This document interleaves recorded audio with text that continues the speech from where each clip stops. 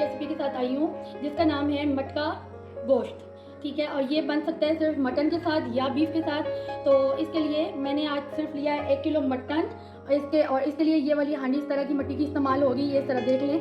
ठीक है, उसको मैंने पहले से ये मैंने इसमें 1 किलो मटन डाल दिया है और इसके साथ मैं ये लूँगी जो अभी आप देख रहे हैं इस तरह की पेस्ट बनी हुई। ये पेस्ट में मेरे पास है 2 चम्मच लाल मिर्च पाउडर, 1 नमक का चम्मच और 1 चम्मच हल्दी जो टेबल स्पून मैंने ली है। और इस तरह पानी में डाल के इसको पेस्ट ही बना लेनी है। आप मिर्च और नमक अपने हिसाब से ले सकते हैं, हल्दी सिर्फ 1 चम्मच लेनी है। ठीक है, और इसको मैंने इसमें डाल दिया। ठीक है, अच्छे तरीके से इसको मैंने क्लीन करके इसमें डाल दिया है। और ये इसी तरह इसको अलग अलग मसाले नहीं डालने, इसी तरह पानी में पेस्ट बना के डालनी है। और इसके साथ मैंने अभी 2 चम्मच लहसुन अदरक की पेस्ट ले ली है, ये आप देख रहे हैं। और ये भी इसके साथ मैं डायरेक्ट इस गोश्त में डाल दूँगी। और फिर एक जग पानी में मैं इसको एक साथ ये पकने के लिए रख दूँगी। अभी इसमें बहुत सारे और आइटम जाने हैं, इसलिए आप मेरे साथ जुड़े रहें। और अभी मैं थोड़ी देर के लिए इसको ढक्कन बंद करके इसको गोश्त को हल्का सा पकने दूँगी। फिर इसमें जो बाकी प्रोसीजर है वो मैं आपको 10 मिनट इसको ढक्कन लगा रहने दें और फिर इसको छोड़ दें। फिर मैं इसका बकिया प्रोसीजर बाद में बताती हूँ।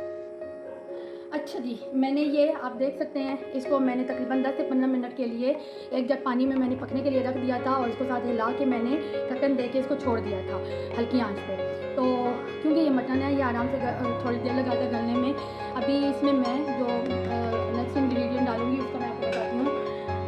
इसमें मैं दरमियाने साइज़ के 4 प्याज रफली कटे हुए डाल दूँगी। कोई ज़रूरत नहीं है बारीक बारीक काटने की या कुछ भी, और क्योंकि ये इसके अंदर ही नरम हो जाएंगे और ये खुद ही इसके अंदर गलते रहेंगे। और अच्छे तरीके से फिर से इसको हिला के इसको मैं ढक्कन दे के बहुत अच्छा हिला के ढक्कन दे के मैं इसको छोड़ दूँगी। फिर तकरीबन 1 घंटे के लिए और हल्की आंच पे, जिसमें ये पानी खुशक हो जाए ढक्कन और ये बिल्कुल। और उसके बाद जो नेक्स्ट इंग्रेडिएंट है और प्रोसीजर है वो उसका मैं बताती हूँ स्टेप। ये देखें, ये इसको बिल्कुल आपने दरमियानी आंच में पकने के लिए अब छोड़ देना है। ये प्याज भी इसके अंदर खुद ही गल जाएंगे, गोश्त भी गल जाएगा, ढक्कन दे के बस छोड़ देना है इसको जब तक पानी खुशक हो जाए बिल्कुल, तब तक।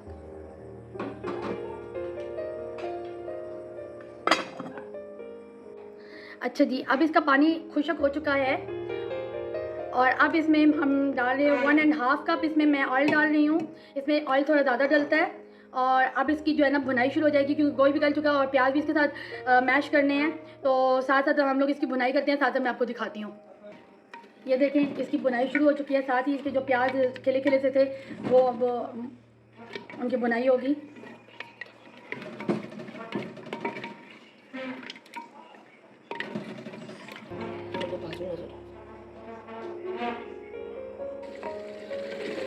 अच्छा, ये आप लोग अब देख सकते हैं ये धुआं उठ रहा है और इसकी आधी भुनाई हो चुकी है। भुनाई करते हुए 2 टीस्पून मैंने इसमें सूखे धनिया के डाल दिए हैं और इसने अपना ऑयल छोड़ना शुरू कर दिया है। और साथ साथ जैसे जैसे इसकी भुनाई और होगी या और ऑयल छोड़ेगा, इसका मतलब होगा यही कि जो बाहर निकल रहा है ऑयल वो आपकी भुनाई, आपके गोश्त की भुनाई बहुत अच्छी सी हो गई है। अच्छा, ये भुन चुका है बहुत अच्छे तरीके से। और अब इसमें आधा जग मैंने पानी का डाल दिया, आधे जग से थोड़ा सा ज़्यादा था, ताकि क्योंकि अभी इसमें लास्ट में हम लोगों ने इसका ख़ास हिडन आइटम डालना है जिसके लिए पानी की थोड़ी ज़्यादा ज़रूरत थी। अब इसके अंदर ही ये बाकी पकेगा, इसको थोड़ी देर के लिए छोड़ देंगे ढक्कन लगा के। ये देखें, इतनी इसको आंच पे पकने के लिए रखा हुआ है और ये इतनी बड़ी 1 किलो के लिए ये मिट्टी की हांडी है। और ये अब आप करीब से देख सकते हैं कि ये तैयार है तकरीबन। और इसमें ख़ास तरह का आइटम जो बहुत ज़रूरी आइटम था, जिस तरह निहारी में आटा घोल के मिलाया जाता है आखिर में, 2 टेबल स्पून मैंने थोड़े से पानी में आटा घोल के अब इसमें बिल्कुल जब ये रेडी है तो इसमें डाल दिया है।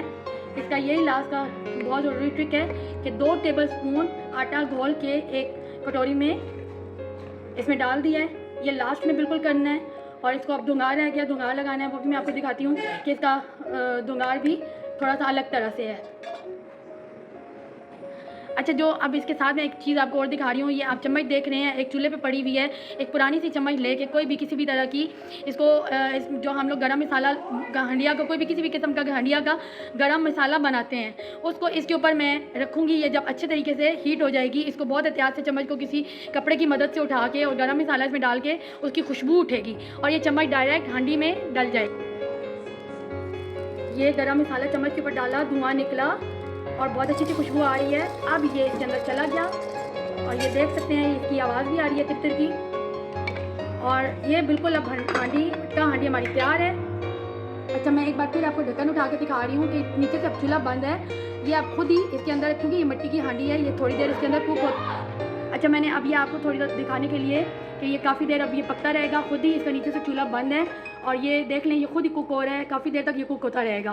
तो नीचे से चूल्हा बंद है और ये देख लें ये खुद ही कुक हो रहा है, काफ़ी देर तक ये कुक होता रहेगा। इसको बेशक ढक्कन दे के थोड़ी देर के लिए रख दें और थोड़ी देर बाद हम आप इसको सर्व कर दें। इसको मटका हांडी में ही तैयार करना है, इसी तरह की मटका किस्म की हांडी में, क्योंकि ये देख लें मैं आपको ये पूरा इसका दिखा रही हूँ, ये देखें। और क्योंकि ये इसीलिए इसको मटका हांडी बोला जाएगा। इसका जायका इस हांडी में पकने की वजह से ही बहुत मज़ेदार होगा। जब आप लोग तंदूर की रोटी या किसी के साथ भी खाएंगे तो ये बहुत ही मज़ेदार लगेगा और यूनिक जायका लगेगा आपको। और उम्मीद है आज की मेरी वीडियो आपको बहुत पसंद आई होगी और आपको आज की मेरी रेसिपी पसंद आए, लाइक कीजिए, शेयर कीजिए, कमेंट कीजिए और अगर आप मेरे चैनल पर नए हैं तो सब्सक्राइब कीजिए और बेल आइकन का बटन दबाएँ ताकि आपको मेरा आने वाला